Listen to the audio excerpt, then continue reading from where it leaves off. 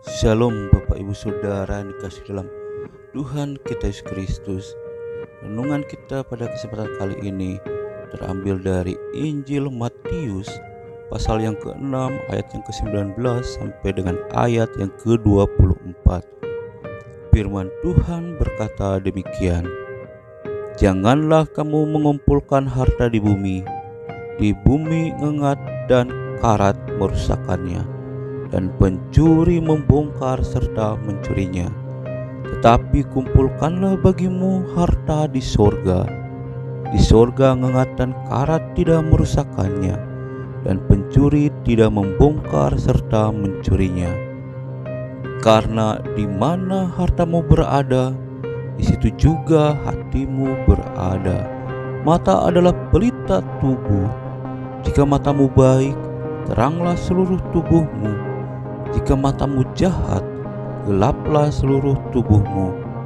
Jadi, jika terang yang ada padamu gelap, betapa gelapnya kegelapan itu. Tak seorang pun dapat mengabdi kepada dua tuan, karena jika demikian, ia akan membenci yang seorang dan mengasihi yang lain, atau ia akan setia kepada yang seorang dan tidak mengindahkan yang lain. Kamu tidak dapat mengabdi kepada Allah dan kepada Mammon. Bapak Ibu Saudara yang dikasihi dalam Tuhan kita Yesus Kristus, tema renungan kita pada kesempatan kali ini adalah hamba uang. Dalam bagian firman Tuhan pada kesempatan kali ini mengingatkan kepada kita dan menjelaskan kepada kita setiap orang-orang percaya bahwa kita jangan sampai menjadi hamba uang. Maksudnya apa? Maksudnya hamba uang di sini adalah hamba duniawi. Di dalam bagian firman Tuhan ini dikatakan bahwa ketika seseorang hidupnya dikuasai oleh harta duniawi, maka di situ juga hatinya berada. Dan ketika seseorang dikuasai oleh harta duniawi, maka hidupnya akan dikuasai oleh hal-hal duniawi. Maka orang tersebut tidak akan pernah memikirkan mengenai hal-hal kerajaan sorga. Akan tetapi Bapak Ibu Saudara, yang menjadi pertanyaan bagi kita saat ini adalah, apakah kita sebagai orang Kristen tidak boleh mengumpulkan harta? Apakah kita sebagai orang-orang Kristen tidak boleh mengumpulkan uang? Jawabannya tentu saja adalah boleh, karena kita masih hidup di dalam dunia ini. Maka kita harus berusaha untuk memenuhi kebutuhan hidup kita. Maka kita bekerja, supaya dengan bekerja kita menghasilkan sesuatu hal, yaitu kita juga mendapatkan upah. Ketika kita bekerja, maka kita juga mendapatkan upah. Upah itu bisa berbentuk salah satunya uang. Akan tetapi yang menjadi inti dari bagian firman Tuhan ini adalah kita jangan diperbudak oleh uang.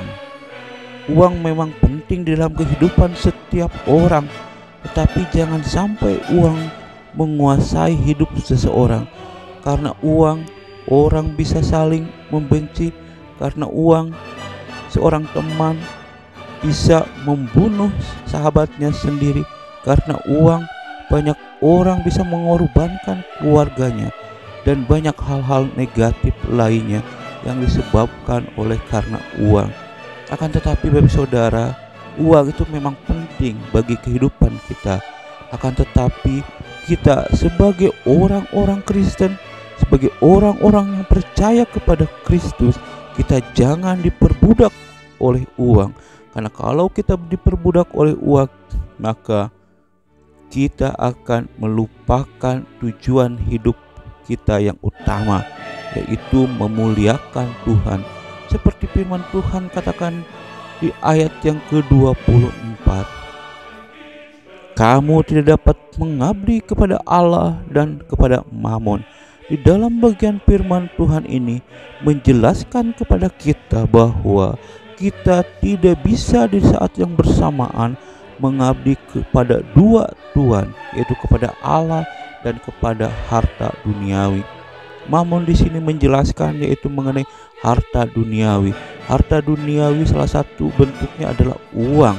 Oleh karena itu, di dalam bagian firman Tuhan ini, Tuhan Yesus sudah menjelaskan kepada kita, mengingatkan kepada kita supaya hidup kita sekali lagi jangan dikuasai oleh harta duniawi.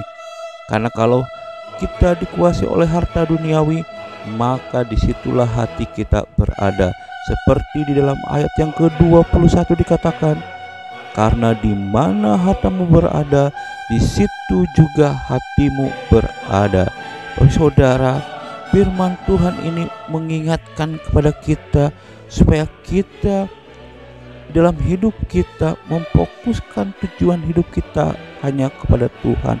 Ketika kita memfokuskan tujuan hidup kita kepada Tuhan, maka hal-hal duniawi Tuhan akan cukupkan, karena Tuhan mengatakan bahwa bunga di padang saja Dia pelihara, apalagi kita sebagai makhluk ciptaannya yang sempurna, sebagai umatnya, pasti Tuhan akan memelihara kita. Seperti di dalam kitab Malaiki pasal 3 dikatakan bahwa ujilah aku. Di dalam bagian firman Tuhan tersebut dikatakan ujilah aku. Artinya apa? Artinya Tuhan akan selalu memperhatikan kita umatnya. Ketika umatnya berseru kepada Tuhan, maka Tuhan akan menolong umatnya. Tuhan itu adalah panjang sabar, Tuhan itu berlimpah kasih setia, dan Tuhan itu adalah pemilik segala sesuatunya. Oleh karena itu, mintalah kepada Tuhan, bukan kepada hal-hal yang duniawi. Oleh karena itu, Bapak Saudara, sebetulnya bagian firman Tuhan ini bukan hanya berbicara tentang harta duniawi, akan tetapi dalam bagian firman Tuhan ini juga menjelaskan mengenai relasi kita dengan sesama kita, relasi kita dengan Tuhan. Di dalam bagian Allah yang jadi Tuhan, itulah yang harus menjadi fokusnya, bukan manusia yang kita tuankan, bukan harta benda yang kita tuankan, bukan uang yang kita tuankan, bukan jabatan yang kita tuankan. Allah menginginkan kepada kita umatnya. Tuhan Yesus mengingatkan kepada kita, kita tidak bisa mengabdi kepada Allah dan kepada Mamon. Akan tetapi bersaudara, mari kita sebagai orang-orang Kristen, kita berusaha untuk hidup sesuai dengan kehendak Tuhan. Walaupun kita dalam kehidupan keseharian kita merasa berkekurangan, akan tetapi ketika kita menyerahkan kekurangan kita tersebut kepada Tuhan di dalam doa, maka Tuhan akan mencukupkan apa yang menjadi kekurangan bagi kita.